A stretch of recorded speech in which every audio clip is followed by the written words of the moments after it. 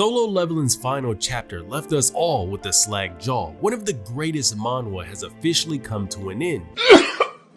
But before we talk about the light novel, let's talk about the manhwa's ending. Starting off, we see the fortune teller Madame Selner as a young woman, and she has the same prophecy as she did in the previous timeline. The god of death would descend on this land along with an infinite number of soldiers of death. But we all know that Sung Jin-woo isn't coming to destroy the earth, seeing that he spent the past 27 years in the void hidden between dimensions, killing all the monarchs. Once the giant gate opens in the city of Seoul, we see Sung Jin-woo stealthily come out, but he's approached by a man that is the messenger sent by the rulers. As he greets Sung Jin-woo and his 10 million shadow soldiers, he asks Sung Jin-woo if he can have a word with him, and Jin-woo leads him to an ice cream parlor he's been dying to eat at. The conversation between Jin-woo and the envoy of the rulers consists of Jin-woo leaving the planet Earth because the planet no longer has mana and can't support Jin-woo's powers. The reasons behind that, as said in the light novel, is because Sung Jin-woo's mana is so large that other beings will always be attracted to the Earth because of his large power source, leaving the planet vulnerable to always being attacked. But he still decides to stay there because there are still people that he loves on the planet Earth. Now that we got the manhwa out of the way, let's talk about how the light novel actually ended the story. Now this isn't the only story that was in the ending of Solo Leveling. Jin-woo actually met up with Yoo Jin-ho and Cha Ha-in as well, and every other character. We got to experience what happened as time went by after Jin-woo came back from the dimension hidden inside the void. Now I'm gonna read to you guys straight from the light novel the ending section of Solo Leveling. When the doctor in charge walked into the hospital room, a certain patient lying on the bed gestured him to come closer. "Can you help me sit up, please?" The doctor hurriedly ran up to the bed and cautiously helped the upper torso of the patient lying on his back sit up. "Thank you." It was then the doctor spotted a wooden bottle he had never seen before on top of the table next to the patient's bed. "What is this, Chairman?" The gaunt patient, as thin as a desiccated tree, painfully coughed and wheezed before making his reply. "A young man gave it to me just now." The doctor formed a flustered expression. This was a VIP patient's room in the hospital, which meant there were 2 guards constantly manning the front entrance. No one could enter without express permission from the doctor himself. But just who managed to sneak in here to leave behind the bottle? It is truly strange thing indeed. However, what that young man told me was even more incredible. That young man told me the tale of a time long overwritten, when the patient used to battle monsters alongside him. The young man continued on and said that he came to visit him with a gift as a thank you for everything that had happened back then. And then he just simply vanished, as if he was a mirage, as if he was never here to begin with.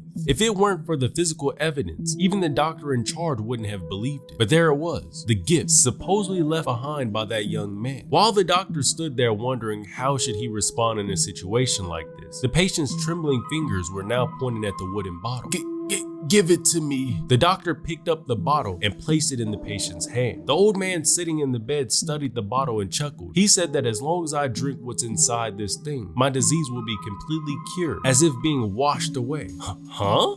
Chairman, you can't possibly be believing any of the words of "I'm tired." The chairman cut the doctor off. "Let me ask you this one thing. Even if I drink this, how long do I have left anyways?" The doctor couldn't make his reply. Even now, the absolute best that modern medicine had to offer only barely managed to keep the patient breathing. That was all. At this point, one could even claim it was a miracle that he was still alive. The chairman lightly tutted as the doctor was unable to say anything. "If I drink this and things go wrong, I want you to write this down on my gravestone. Chairman Go Gun-hee, buried in this place, having never given up and fought against his illness right into the end." "Mr. Chairman," as a doctor, he knew it was his duty to stop this, but he couldn't bring himself to do so when Chairman Go Gun-hee formed a determined expression on his face while opening the lid of the bottle. He then began drinking the liquid inside with some difficulty. Gulp, gulp. After making sure that every drop had entered his throat, Go Gun-hee began recalling the face of the young man who left this bottle behind. He recalled those eyes specifically. Go Gun-hee felt that it was definitely worth it to trust a man with such powerful pair of eyes. And then, once he finished drinking every drop of this medicine, ba thump, ba thump, ba thump, his dying heart began pounding healthily once more. His heart was beating again.